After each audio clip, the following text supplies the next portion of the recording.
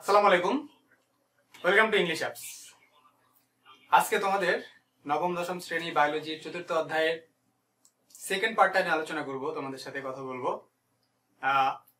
First পার্টে আমি সালোক সংশ্লেষণ এবং সালোক সংশ্লেষণের একটা পর্যায় আলোক পর্যায়টি নিয়ে কথা বলেছিলাম।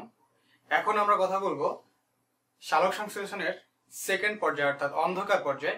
এইটা নিয়ে তোমাদের সাথে আমি একটু কথা বলবো।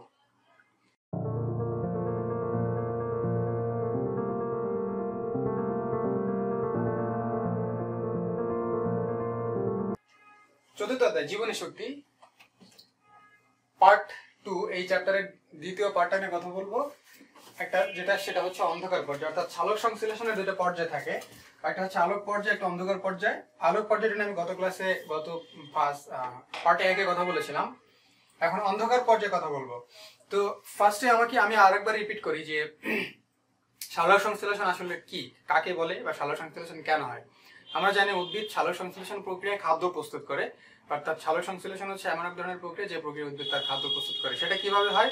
সে মাটিস্থ পানি মূলরমের সাহায্যে শোষণ করে, আর বায়ুমণ্ডলে কার্বন ডাই অক্সাইডটা পাতার প্লাস্টিড যেটা আসে সেটা গ্রহণ করে, আর পাতার মেসোফিল টিস্যুতে যে ক্লোরোফিল আছে সেটা সূর্যের আলোকে কেন্দ্র করে বা সূর্যের আলোকে গ্রহণ করে ক্লোরোফিলের সহায়তায়, প্রভাবকের সহায়তায় সরল শর্করা জাতীয় খাদ্য প্রস্তুত করে। সেটা হচ্ছে গ্লুকোজ। তো এই খাদ্যটা উদ্ভিদ তার কাজে ব্যবহার করে, ঠিক আছে। এটা হচ্ছে সালোক সংশ্লেষণ। তো এইটা দুটো পর্যায়ে হয়ে থাকে, একটা হচ্ছে আলোক পর্যায় আর একটা হচ্ছে অন্ধকার পর্যায়। তো আলোক পর্যায় সেটা হচ্ছে যে আলো মাস্ট বি লাগে, আর অন্ধকার পর্যায়ে আলোর দরকার পড়ে না। কয়েকটা চক্র ফলো করে বা কয়েকটা চক্র অনুসরণ করে অন্ধকার পর্যায়টা সম্পন্ন হয় সালোক সংশ্লেষণের ক্ষেত্রে। তো সেই ক্ষেত্রে আমরা কথা বলবো।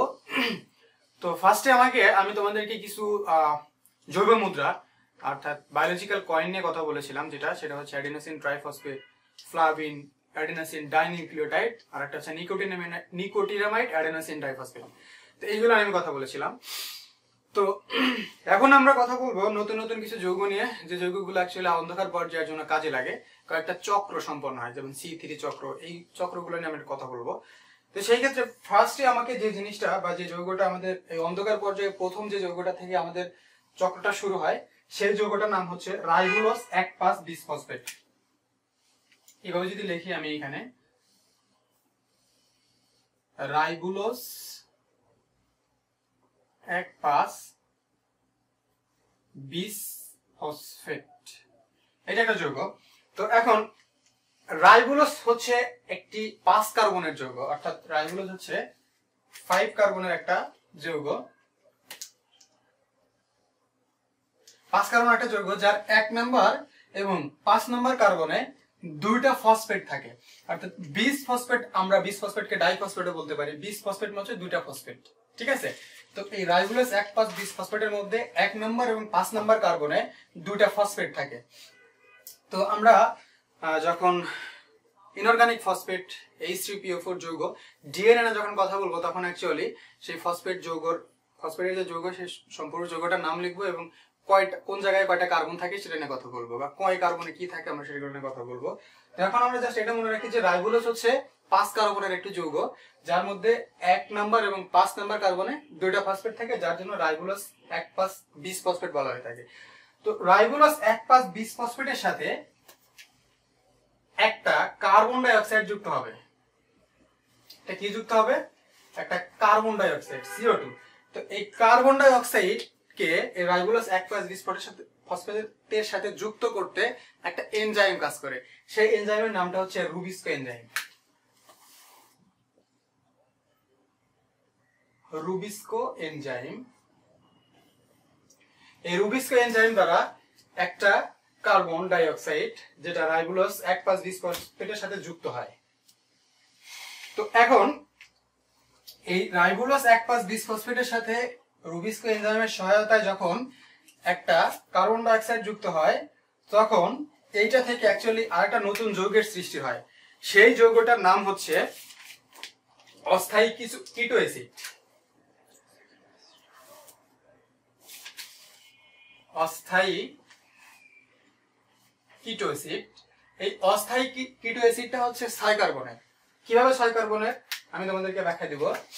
এটা 6 কার্বনের একটি অস্থায়ী কিটো অ্যাসিড তৈরি করে। কারণ আমরা জানি যে এখানে হচ্ছে 5 কার্বনের একটা যৌগ যেটা রাইবোলোজ 1,5 বিসফসফেট, সেখানে যদি আরেকটা কার্বন যুক্ত হয়, রুবিস্ক এনজাইমের সাথে যদি আরেকটা কার্বন যুক্ত হয়, তাহলে এইটা তখন এটা থেকে অ্যাকচুয়ালি যে জিনিসটা ক্রিয়েট হবে বা প্রোডাকশন হিসেবে যে জিনিসটা আমরা পাবো, সেই জিনিসটার নাম হচ্ছে অস্থায়ী কিটো অ্যাসিড, এবং সেটা 6 কার্বন বিশিষ্ট। কারণ বাইরে থেকে আরেকটা কার্বন রুবিস্ক এনজাইমের সাথে যুক্ত হয়েছে, যুক্ত হয়ে 6 কার্বন বিশিষ্ট একটা অস্থায়ী কিটো অ্যাসিড তৈরি হয়েছে। অস্থায়ী কিটো অ্যাসিড মানে, অস্থায়ী কথার মানে হচ্ছে সেটা স্থায়ী না, সেটাকে আবার ভাঙা যাবে বা সেটাকে আমরা ভাঙতে পারবো। এখন সেইটাকে ভেঙে নতুন আরেকটা যৌগ উৎপন্ন হবে, সেই যৌগটার নাম হচ্ছে 3 ফসফোগ্লিসারিক অ্যাসিড। সেই যৌগটার নাম হচ্ছে 3 ফসফোগ্লিসারিক অ্যাসিড। এখন চক্রাকারে আমাকে বারবার রিপিট করে করে মনে রাখতে হবে যে ফার্স্টে রাইবোলোজ 1,5 বিসফসফেটের সাথে রুবিস্ক এনজাইমের সাথে একটা কার্বন ডাইঅক্সাইড যুক্ত হওয়ার পরে একটা অস্থায়ী কিটো অ্যাসিডের তৈরি হয়, এবং সেটা 6 কার্বন বিশিষ্ট। কারণ হচ্ছে বাইরে থেকে যখন একটা কার্বন যুক্ত হবে তখন সেটা 5 কার্বন থেকে 6 কার্বনে চলে যাবে। অস্থায়ী কিটো অ্যাসিড যখন তৈরি হবে তার মানে এটা স্থায়ী না, এটাকে আবার ভাঙা যাবে, ঠিক আছে, এটাকে ডিভিশনও করা যাবে বলতে পারো। তো অস্থায়ী 6 কার্বন বিশিষ্ট অস্থায়ী কিটো অ্যাসিডকে ভেঙে আমরা 3 ফসফোগ্লিসারিক অ্যাসিড পাবো। এখানে 3 ফসফোগ্লিসারিক অ্যাসিড আর এখানে আছে 6 কার্বন। তার মানে আমি যদি সমতা করতে যাই তাহলে আমাকে কি করতে হবে, এখানে 2 অণু গুণন করে দিতে হবে। তাহলে 2 অণু 3 ফসফোগ্লিসারিক অ্যাসিড উৎপন্ন করে। এটা কিন্তু 3 কার্বন বিশিষ্ট ফসফোগ্লিসারিক অ্যাসিড, এবং এটা 3 কার্বন বিশিষ্ট এই কারণে, কারণ আমি ফার্স্টেই বলছি যে 3 ফসফোগ্লিসারিক অ্যাসিড, আমি ফার্স্টে বলছি 3 ফসফোগ্লিসারিক অ্যাসিড, যার ফলে এটা হচ্ছে 3 কার্বন বিশিষ্ট ফসফোগ্লিসারিক অ্যাসিড, তার সাথে 2 অণু গুণ হলে 6 কার্বন বা 6 কার্বন বিশিষ্ট ফসফোগ্লিসারিক অ্যাসিড, যা অস্থায়ী কিটো অ্যাসিডের সমান, সমতা বিধান হয়ে যাবে। তো 2 অণু 3 ফসফোগ্লিসারিক অ্যাসিড, এইটা হচ্ছে এই চক্রের প্রথম স্থায়ী পদার্থ। এভাবে আমরা লিখতে পারি যে প্রথম স্থায়ী পদার্থ।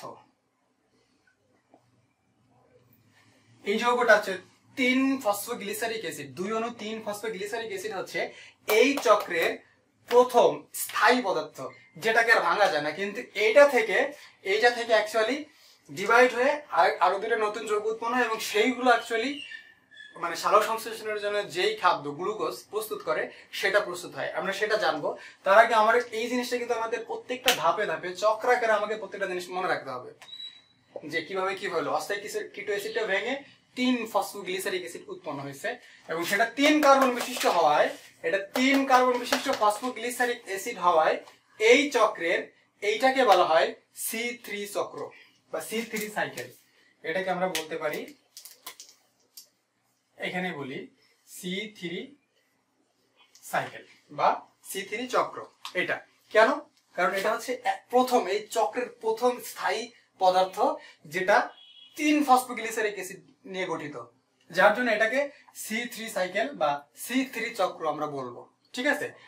এখন যেটা হবে সেটা হচ্ছে এই 3 কার্বন বিশিষ্ট বা 3 ফসফোগ্লিসারিক অ্যাসিডটা থেকে, এটা কিন্তু ভাঙা যাবে না কারণ এটা স্থায়ী পদার্থ, প্রথম স্থায়ী পদার্থ, বাট এইটা থেকে আসলে কি কি উৎপন্ন, এটার মধ্যে কি কি থাকে সেই জিনিসটা হচ্ছে, এটার মধ্যে যে জিনিসটা থাকে সেই জিনিসটা হচ্ছে 3 কার্বন বিশিষ্ট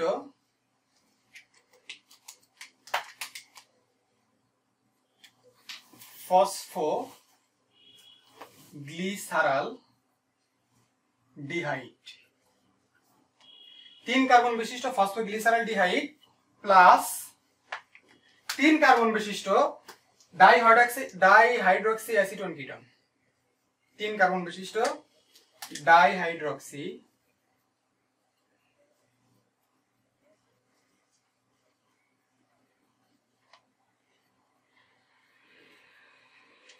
অ্যাসিটোন ফসফেট। এই জিনিসটা একটু ভালোভাবে আমাকে লক্ষ্য করতে হবে।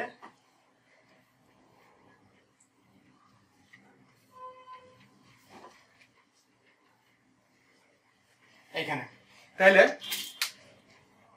অস্থায়ী কি, এটা হচ্ছে প্রথম স্থায়ী পদার্থ যেটা, সেটা হচ্ছে 3 ফসফোগ্লিসারিক অ্যাসিড, আমরা C3 এটা এই চক্রের এটাকে আমরা C3 সাইকেল বা C3 চক্র বলতে পারি। এইটার ভিতরে আসলে যে যে যৌগগুলো থাকে মানে এটার মধ্যে থেকে যে যৌগগুলো আমরা পাবো সেটা হচ্ছে 3 কার্বন বিশিষ্ট ফসফোগ্লিসারালডিহাইড আর আরেকটা 3 কার্বন বিশিষ্ট হাইড্রোক্সি অ্যাসিটোন ফসফেট। তাহলে দেখো এটাও কিন্তু 3 কার্বনের, এটাও 3 কার্বনের।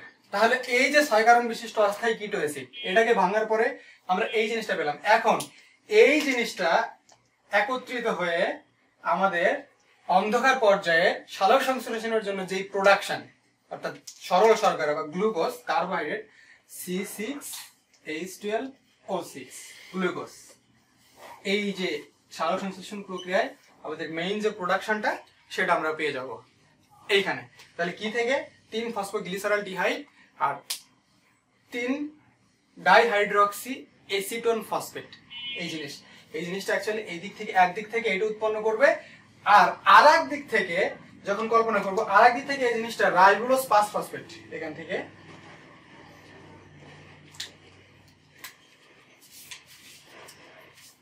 রাইবোলোজ 5